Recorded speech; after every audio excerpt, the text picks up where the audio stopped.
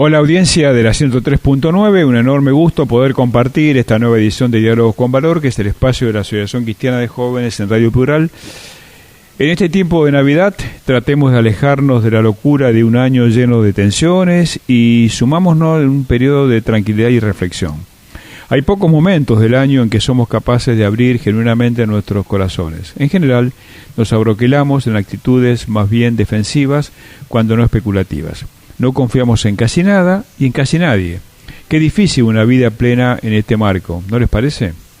La misma vorágine en la que estamos y ayudamos a construir nos impide darnos cuenta de la finitud de la vida terrenal y lo efímero de muchas de las cosas que nos parecen importantes. El tiempo, implacable y feroz, nos demuestra permanentemente ese error. Dramatizamos hasta lo superfluo y ese desgaste de energías puede ocasionarnos la pérdida de oportunidades realmente preciosas de crecimiento y solidaridad. No hay posibilidad de ser felices si nos rodeamos de personas sufrientes, carecientes y sin destino. La polarización social tiene frecuentemente un final indeseado. Nos realizamos en tanto nos reconozcamos en los otros y que juntos somos nosotros. Hacer de la Navidad un punto de partida hacia el cambio es un atrayente desafío. Es fundamental no olvidarnos de ese reto apenas las luces de los arbolitos y las guirnaldas se opaquen o se apaguen hasta desaparecer esperando la próxima Navidad. Los valores humanos carecen de escenarios apropiados y adolecen de un marketing poco eficaz. No conmueven hasta que una situación extrema nos hace reaccionar intempestivamente, denostando lo que sucede, pero sin tomar conciencia de que también somos parte del problema. No hay tantos que reconozcan su responsabilidad en una sociedad planetaria que acepta alegremente las desigualdades más flagrantes, la guerra y la muerte. Hemos llegado al absurdo de justificar las guerras. Dios debe estar asombrado de nuestra capacidad destructiva y la insensibilidad. Admitimos que un tercio de la población viva en la casi marginalidad social y no atinamos a gritar con fuerza y convicción ¡basta! Esta Navidad, volviendo al desafío antes mencionado, es un momento para recapacitar y proponernos cambiar. No hay que resignarse al infortunio de la insolidaridad. Dios reclama que reaccionemos y lo hagamos ya, sin esperar más desgracia ni dolor.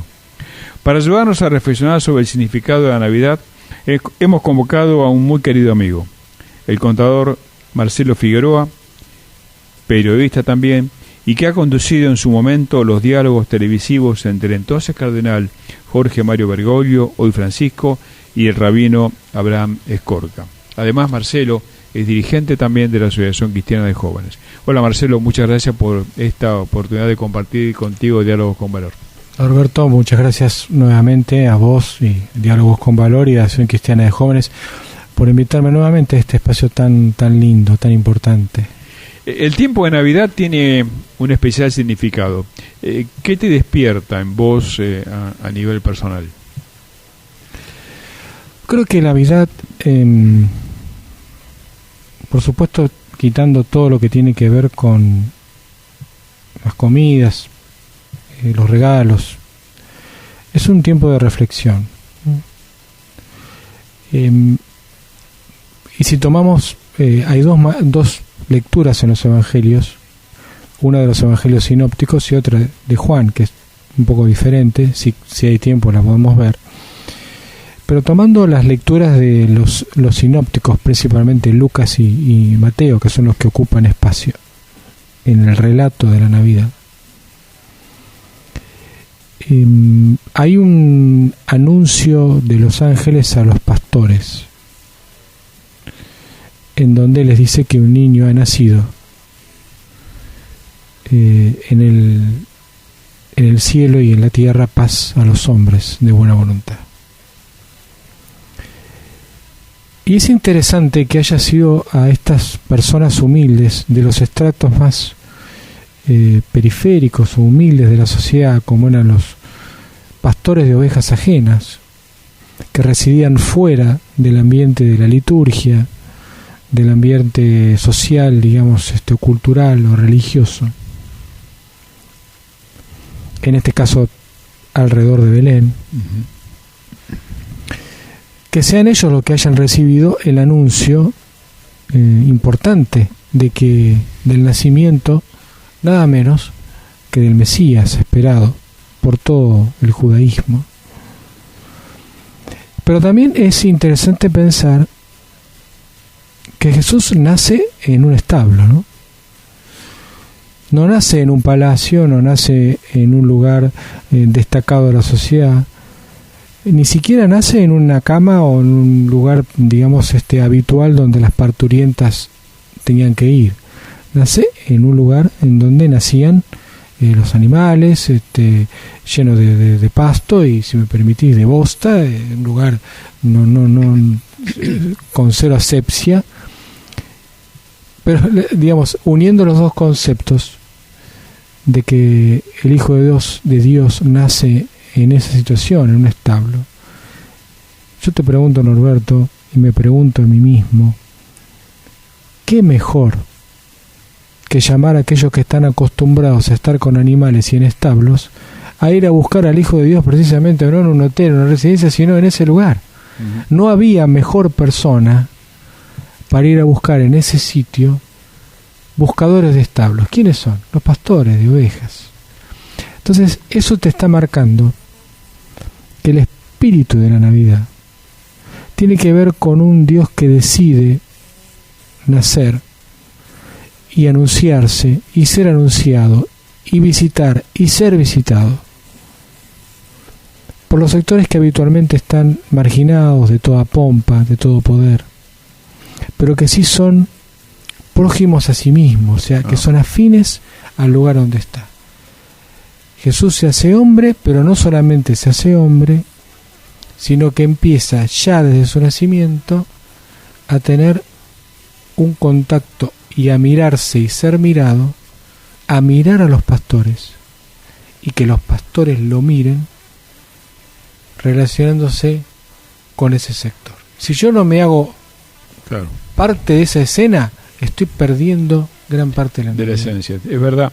Y la Navidad nos retrotrae, y vos bien lo decís, a esa utopía, ¿no?, de Jesús, ¿no?, impresionante, donde se lo mire, ¿no?, llega al mundo para salvarlo, se entrega para salvarlo y deja un mensaje de esperanza movilizante. Me sucede, y creo que a vos también, o a todos los que tenemos fe, que la Navidad también es un momento de emoción, ¿no? Es el regalo que Dios nos hace al llegar Jesús.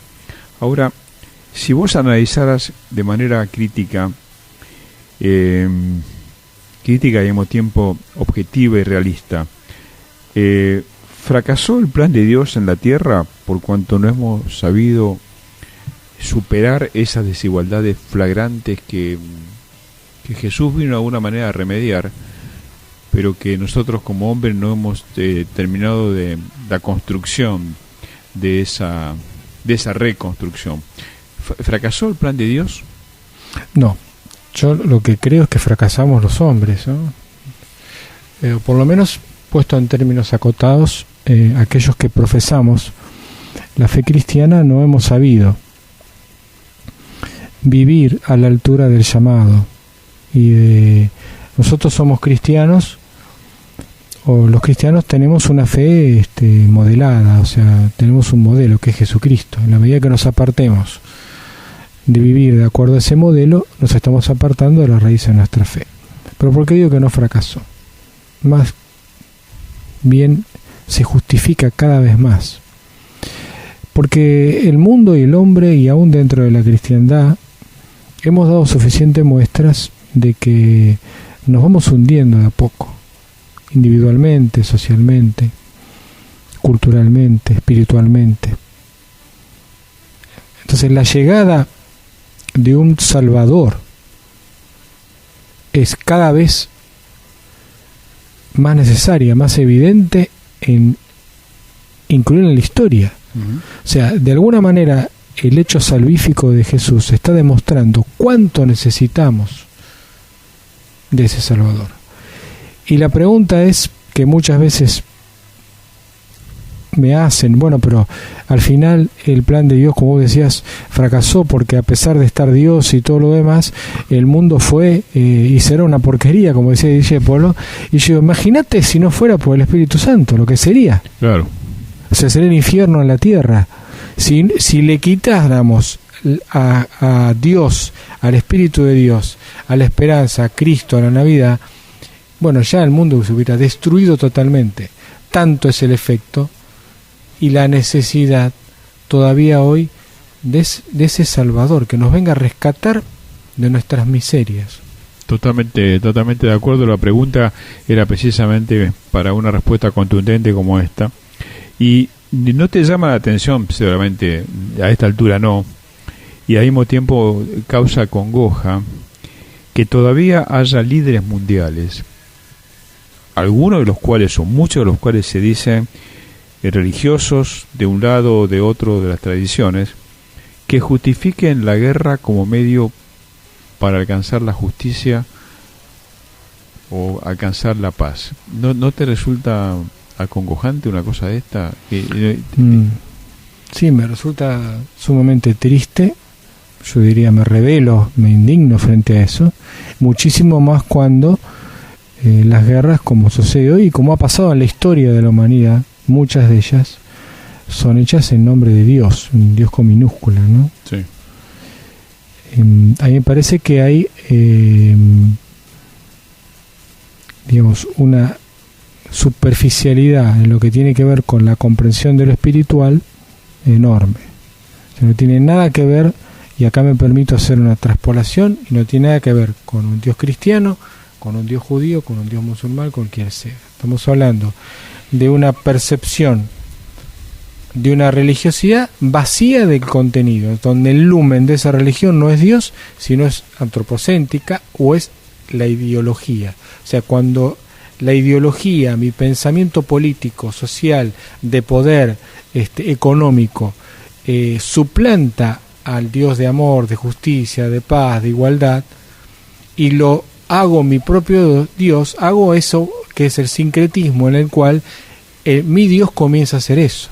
O sea, cuando uno transforma a Dios en su ideología, o sea, hace que Dios se convierta a uno y no uno se convierta a Dios, suceden estas cosas. Entonces, estamos hablando de un Dios ajeno de su esencia, estamos hablando de un Dios sincrético, en donde todos esos elementos que te mencioné, la ideología, el enfrentamiento, el poder económico, el poder político, la ambición, el odio, el rencor, totalmente ajeno a cualquiera de las religiones, por lo menos del tronco de Abraham, están produciendo todo este desastre que vos estás mencionando.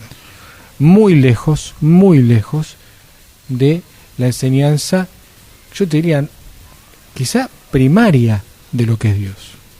Sí, claro, exactamente. Ahora, fíjate vos que a veces uno cuando llega este momento, ¿no? La Navidad, la cercanía de la Nochebuena y el encuentro en familia, uno piensa, Jesús debe estar también con lágrimas en los ojos, ¿no? Por cuanto observa que su prédica, su promoción del discipulado no ha encontrado en nosotros, los supuestos discípulos, esa respuesta que hiciera posible que esa co-creación a la que estábamos llamados se concrete.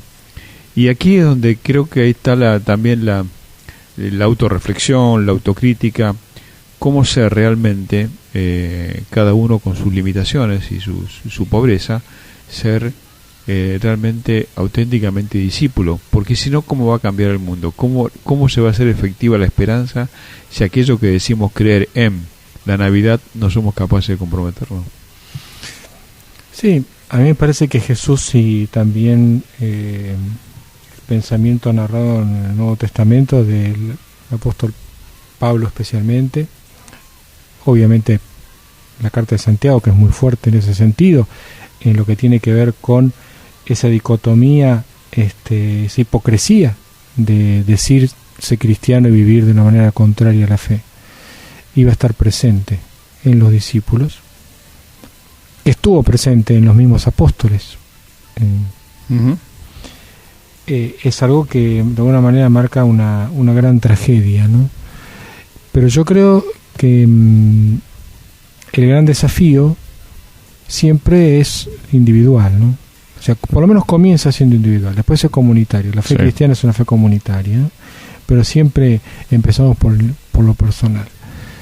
Y creo que hay que dejarse, por lo menos en esta época de Navidad, donde tiene quizás un poco más la sensibilidad, si se deja apartar del ruido, digamos, de los regalos, de los cohetes y toda esta parafernalia de cosas que nada tienen que ver con la Navidad, analizar nuestro corazón, ¿no? Y dejar que ese niño nos mire con esa mirada tierna que decíamos al principio, miró a los pastores, y dejarnos que nos pregunte, ¿no? ¿Cómo estamos viviendo realmente?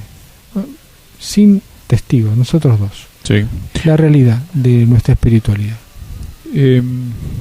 Recordamos a la audiencia que estamos dialogando con Marcelo Figueroa, alguien que tiene mucho para aportar, y voy a entrar en el terreno de un poco más en la realidad de hoy, ¿no? El Santo Padre Francisco, a quien vos frecuentas mucho y muy bien, promueve un cambio profundo en el mundo, y a veces me hago esta pregunta: ¿es escuchado suficientemente? O algunos que están en el poder aguardan pacientemente que pase su tiempo y volvamos al statu quo. ¿Cuál es tu mirada sobre esto? Mira, yo creo que uno siempre quisiera que fuera escuchado mucho más. Yo siempre digo, y a veces algunos periodistas y más me preguntan, decime qué libro, hay tanta literatura escrita sobre Francisco, qué libro hay que leer para entenderlo. Yo, mira, no es muy complicado, lee los 4 evangelios, según la edición son 120, 140 páginas, y ahí tenés todo. O sea, si no querés comprar ningún libro, hay algunos muy buenos, otros no tanto, lee los evangelios, ¿no? Yo creo que ahí está la base de su apostolado, ¿no? De su papado. Yo creo que hay mucha incomprensión, yo creo que hay mucho también que tienen la posibilidad de promoverlo, y lamentablemente no solo no lo promueven, sino que o lo ocultan o lo enfrentan. Eso obviamente era esperable, pero sí tengo la percepción, eso sí, Norberto, tengo la percepción que así como también le pasaba a Jesús, la gente humilde, la gente sencilla, la gente del pueblo entiende perfectamente, porque el lenguaje es llano, el mensaje es sencillo, el evangelio es comprensible desde la mente, el corazón, el alma, el espíritu, y yo confío en eso, que la gente humilde está tomando con mucha esperanza este mensaje diferente de una persona claramente diferente, sí, que está marcando una época, ¿no? Y aquí te llevo una pregunta que a algunos religiosos mucho no le va a gustar, pero como estamos en un espacio totalmente abierto, la puedo hacer. Vos sabés que yo participo en mi vida personal de Iglesia Católica, y las iglesias se han poblado de burocracia, me parece, y se han apartado muchas veces de la misión de compartir, de promover la buena nueva. Y yo creo que Francisco, en este cambio de paradigma, también está diciendo, mire, más pastoral y menos intelectualidad y menos cerrarnos en nosotros mismos. ¿Es correcta esta interpretación? Bueno, él ha hablado mucho acerca de una forma muy gráfica. La Iglesia no es una ONG, ¿no? Es una organización, es un cuerpo, es el Espíritu de Dios. Yo me voy a tomar el atrevimiento de no esquivarla, sino tomarla de un lado que me parece más responsable y analizarlo. Vos sabés que yo soy protestante, evangélico, me voy a poner del lado de la autocrítica y no analizar a los hermanos de la Iglesia Católica. A mí me parece que muchas veces el activismo religioso tapa la verdadera espiritualidad. Entonces, estar participando en alguna actividad dentro de la iglesia no es igual a tener una vida espiritual fructífera. ¿Y qué quiero decir con esto? Que cuando en mi vida es más importante el dogma, la iglesia, el programa, la actividad, la obra, por más buena que sea, social, cultural, lo que sea, es más importante eso, que cuando yo paso caminando a la iglesia, así como pasó con la parábola del buen samaritano, y hay una persona en el camino de la iglesia que está tirada, tiene hambre, tiene frío, tiene sed, y yo no me detengo a atenderlo. Espiritualidad es un activismo sin sentido, porque el llamado primario de Jesús es hacia la gente. Entonces creo que, y el Evangelio es precisamente la expresión visible del amor de Dios y compartir el amor de Dios. Y vuelvo a hacer la autocrítica desde el punto de vista evangélico. Cuando mi énfasis en que la gente se haga miembro es superior al amor hacia la persona, independientemente si venga o no a mi iglesia, estoy cambiando el evangelismo por el proselitismo, y eso es mortal. Sí, eso es muy interesante este comentario. Esto me lleva de alguna manera a hacer un parangón con lo que vos decís, con lo que el Papa ha dicho reiteradamente, la iglesia con piel de oveja, ¿no? Que es la iglesia que transita entre la gente, que escucha, que dialoga, que promueve, que genera condiciones donde los valores se hagan presentes. Por eso es tan importante, cuando hablamos de los valores, hablamos de los valores centrales, ¿no? La justicia, la paz, el amor, la solidaridad, la misericordia, que el Papa habla muchísimo sobre esto. Por eso yo como católico aprecio mucho más, y se los digo a ellos, a los curas que son pastores y no a los curas que son administradores de escritorio. Porque es mucho más fácil ser administrador de escritorio que ser un pastor que comparte con su feligresía, ¿no? Y me parece que vos a nivel evangélico haces el mismo parangón, decís exactamente lo mismo, ¿no? Ahora, vos has estado no hace demasiados meses en Roma por última vez. ¿Cuáles son los escollos que te parece que el nuevo prisma del Santo Padre, cuáles son los escollos más importantes que vos ves en el horizonte, como para que se pueda continuar concretando este cambio tan importante, tan paradigmático a nivel mundial, siendo el Papa no solamente un líder religioso, por supuesto lo es, sino que es un líder político, quizás el único líder político serio que existe hoy en el mundo? Vos sabés que y voy a cometer una infidencia, sino un comentario muy privado. Cuando yo estuve con él privadamente en el mes de octubre, él hacía muy poquito que había vuelto de su gira por Estados Unidos, ¿no?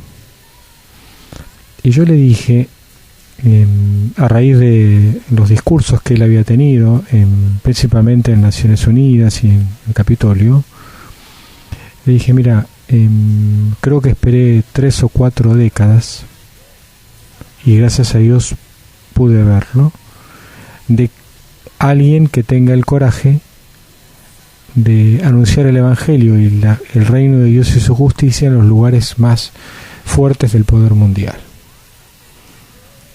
Y él me miró y me dijo, bueno, si fue así, fue Dios. Y yo le dije que era para mí un referente, no solamente espiritual, sino también ético, que no había otro hoy a nivel mundial, lo creo realmente. Alguien que pueda al mismo tiempo, con valentía, sin ninguna atadura y con toda libertad, hablar del problema del cambio climático, del rol de las empresas en el cambio climático, de la injusticia social, de la opresión de un sistema de capital que está poniendo al hombre en el último escalón, de ideología del descarte de las personas, de los vulnerables, del problema de los migrantes, del problema de la trata de personas, del problema de las guerras que están sucediendo y las matanzas de los cristianos que están sucediendo en Oriente. No hay ningún líder mundial con todo el poder que pueda o no tener que en este momento está haciendo esa voz, para ponerlo en términos bíblicos, profética de lo que está sucediendo. Entonces creo que debemos analizar eso, entender que esa acción tan fuerte contra todos esos poderes tiene una reacción. Tomando la primera parte de tu pregunta, ¿cuáles son las reacciones? Son varias. Reacciones de los poderes capitalistas, de los poderes jurídicos, de los poderes dentro de la Iglesia, de los poderes de otras confesiones, del poder económico, de los que tienen intereses creados en las cosas que él está atacando, ni que hablar de los poderes dentro de la mafia. Pero también me permito decir que hay un último escollo, y esto aún dentro de los simpatizantes y seguidores, ¿y sabes cuál es? La ansiedad. Sí. De creer que todas estas cosas que promueve Francisco son de un día para el otro. Claro. Y me parece que eso es un grave error que pasó, y si me permitiste segundos para decir esto, cuando fue el famoso abrazo de Francisco con mis hermanos y amigos Abraham Skorka y Omar Abud, yo le pregunté a los dos cómo lo veían ellos, porque la gente muchas veces decía, bueno, pero al final se abrazaron, pero a los 10 días estaban peor que antes en lo que tiene que ver con la guerra, cambió el Estado, el jefe de Estado, etcétera, etcétera. Bueno, quien piensa ahí no entendieron lo que estamos haciendo. O sea, hay un tiempo de decantación en donde a mí me gusta decir que lo que está haciendo Francisco tiene un efecto no dentro del Cronos que nosotros, sino dentro de un tiempo mucho más largo. Comparto. Y tenemos que entender eso. Sí. Me parece un punto muy muy importante, esto de la ansiedad, y lo comparto plenamente. La gente que cree que esto es algo que los tiempos de la Iglesia o los tiempos de estos cambios tan profundos se dan casi de manera mágica, imposible. Y además la ansiedad a veces también, me parece, Marcelo, te lleva a no ser protagonista. Claro. Te lleva a esperar que no funcionó. No funcionó. Y eso no ayuda para nada para que de alguna manera esos cambios se efectivicen con más intensidad. Yendo al mundo evangélico, que vos conocés mucho mejor, en general, las ideas evangélicas entienden, aceptan este cambio que Francisco está proponiendo, o todavía es una pregunta difícil para vos como evangélico, o todavía puede haber alguna parte de esa iglesia que está a la defensiva. No, a mí no me gusta generalizar.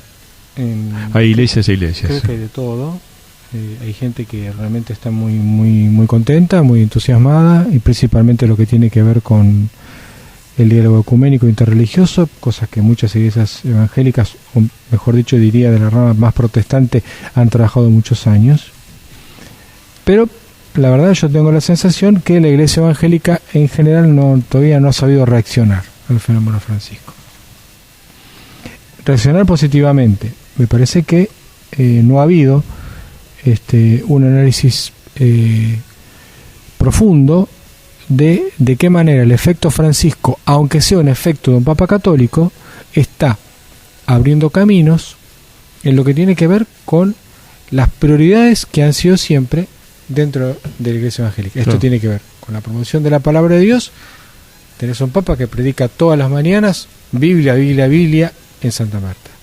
Y lo que tiene que ver con la evangelización, un Papa que, lejos de hacer proselitismo, evangeliza claramente. Entonces creo que de alguna manera hay todavía barreras que necesitan creo que un poco de reflexión. No creo que sea una cosa de la voluntad ni insalvable. Un poco de reflexión, lo que hablábamos antes, ¿no? Entender el tiempo con tranquilidad. Marcelo, te voy a comprometer, si no abuso de tu generosidad, que nos puedas acompañar en el programa próximo, que va a tener que ver con el año nuevo, el año que ya de alguna manera nos enfrenta, y va a ser un placer si podés aceptar seguir dialogando sobre este y otros temas. Con mucho gusto, allí estaremos. Ha sido Marcelo Figueroa nuestro invitado de hoy. Como decimos siempre, Argentina anda y camina con esperanza activa. Hasta nuestro próximo encuentro por la 103.9.